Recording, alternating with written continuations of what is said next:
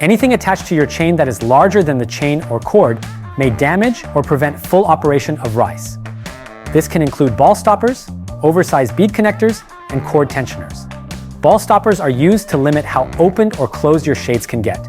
Simply remove the ball stopper with force. Oversized bead connectors can be replaced with our provided bead connectors. Snap the connector off at both ends using force pliers or a flathead screwdriver.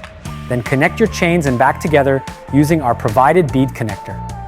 Cord tensioners are used to give your window shade a clean look and to prevent the loop from hanging loose. Unscrew your cord tensioner from the wall using a screwdriver, then remove your chain from the cord tensioner by using force pliers or a screwdriver.